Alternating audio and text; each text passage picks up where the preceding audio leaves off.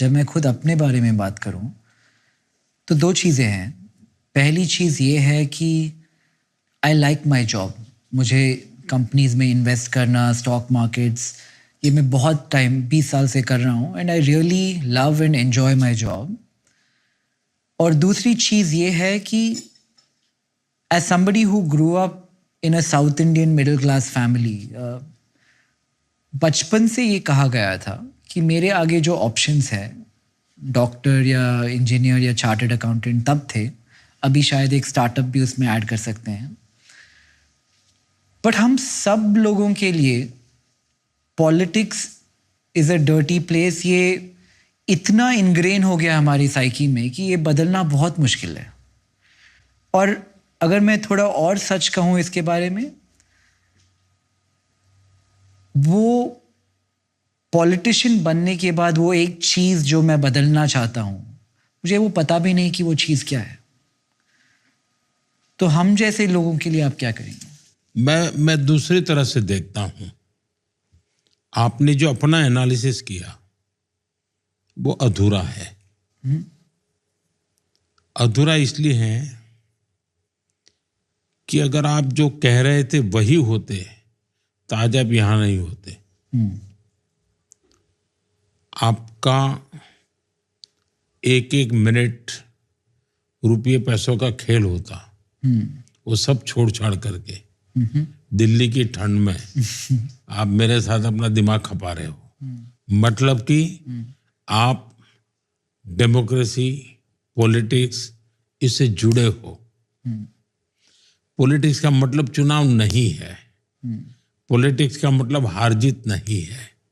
Politics का मतलब सत्ता नहीं है। वो उसका एक पहलू है। चुने हुए जनप्रतिनिधि कितने होंगे देश में? मान लीजिए 10,000 एमएलए होंगे, 1-2 हजार यहाँ। सब लोग तो जिने, लेकिन राजनीति में सब लोगों की जरूरत होती है। दूसरा, आप पॉलिसी मेकिंग में होते हैं तो बहुत बड़ा बदलाव ला सकते हैं। आप अपनी एक छोटी कंपनी में अच्छी चीज करके बदलाव लाएं, लेकिन अगर आपका व्यक्तित्व किसी पॉलिसी मेकर की जगह पे होगा, राजनीति में होगा, तो आप वो बदलाव पूरे देश में ला सकते हैं।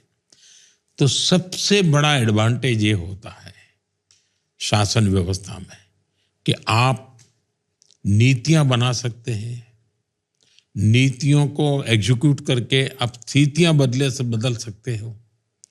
और अगर सही दिशा में हो और नेक ईमानदारी से करते हो तो आपको परिणाम नजर आते हैं। अब जैसे मैं बताऊं, हमारे देश में ट्राइबल के लिए तो काम हर सरकार करती आई है,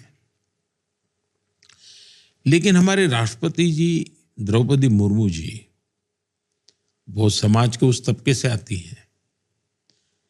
तो मैं जब भी उनसे मिलता था तो बहुत इमोशनल हो जाती थी। आदिवासी समाज में भी अति पिछड़े जो लोग हैं उन तक कुछ पहुंचा नहीं है, और छोटे छोटे समूह है, बिखरे हुए हैं। उन्होंने मुझे कई बार कहा कुछ करना है। मैंने उनसे कहा कि आप मुझे गाइड कीजिए। तो उनके मार्गदर्शन में मैंने एक स्कीम बनाई, पीएम जनमन योजना। अब ये लोग ज्यादा से ज्यादा 25 लाख लोग हैं और वो भी 250 जगह पे हैं। पॉलिटिशियन के लिए काम का नहीं है, क्योंकि उसे वोट मिलना नहीं है, जीत हार होनी नहीं है, लेकिन जीवन के लिए बहुत बड़ा है।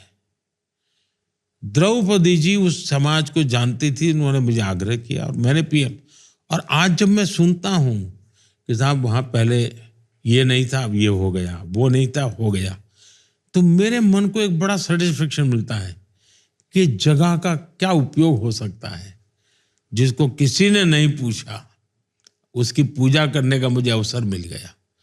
तो मैं राजनीति में अगर आप कोई अच्छे निर्णय और सही समय पर निर्णय करते हैं तो कितना बड़ा परिवर्तन ला सकते हैं, इसका एक उदाहरण है जी।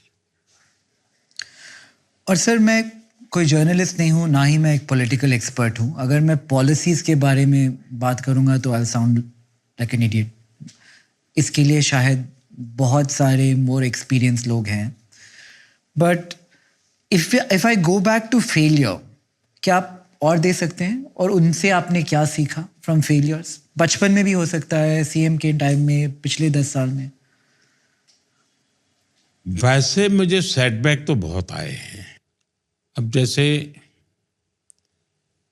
मैं छोटा था, शायद प्राइमरी स्कूल में पढ़ता था, मुझे एग्जैक्ट याद नहीं है अभी, और हमारे राज्य में शायद कोई सैनिक स्कूल शुरू हुआ। अब मुझे अखबार पढ़ने की आदत थी, तो अखबार पढ़ना मतलब एडवर्टाइजमेंट भी पढ़ता था, कोई चाहता बस पढ़ना मतलब पढ़ना। तो मेरे गांव में लाइब्रेरी थी, लाइब्रेरी में चला जाता था। तो मैंने ये सैनिक स्कूल का पढ़ा। तो फिर शायद उस समय 1 रुपया का मनी ऑर्डर करके वो सारा मंगवाया मैंने। अब वो सब अंग्रेजी में इतना बड़ा आया, अब हमें कुछ आता नहीं था। तो मेरे यहाँ एक रासबिहारी मणियार करके हाई स्कूल के प्रिंसिपल थे, लेकिन मेरे घर से कोई 300-400 मीटर दूरी पर रहते थे। तो जाते आते उनका घर देखते थे, और हम उस बचपन में तो बहुत बड़े लगते थे हमें। तो एक दिन मैं उनके घर पहुंच गया। मैंने कहा मुझे समझ नहीं आता है, अगर कोई मुझे समझाए तो। अब वो बड़े दयालु थे, तो कहा तुम चिंता मत कर बेटा, मैं तुम्हारी चिंता करूंगा। तो उन्होंने सारा देखा और मुझे कहा देखिए ये स्कूल है, सैनिक स्कूल है, ऐसा उसका एक इंटरव्यू होता है, एग्जाम होता है, पास होता है वगैरह, जाते हैं। बाद में मैंने मेरे पिताजी को कहा, तो मेरे पिताजी ने कहा नहीं नहीं, हाँ हमारे पास पैसे वैसे नहीं है, कहीं जाना वाना नहीं है, अपने गांव में ही रहो।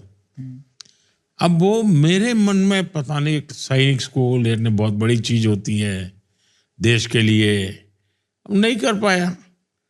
तो मुझे लगता है कि शायद वो पहला ही मेरे मन में एक सेटबैक आया कि मैं ये भी नहीं कर सकता हूँ। यानी जीवन में मैं से एक एक चीज देखूं। मुझे याद है, मेरे मन में इच्छा थी एक साधु जीवन जीने की इच्छा बड़ी, लेकिन मैं नहीं कर पाया।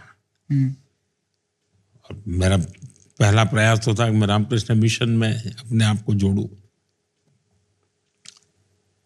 स्वामी आत्मस्थानंद जी ने जो 100 साल उनके जीवन रहा, अभी स्वर्गवास हुआ, उन्होंने मेरे लिए बहुत कुछ कहा है, स्वामी आत्मस्थानंद जी ने, क्योंकि मैं उनके पास रहा।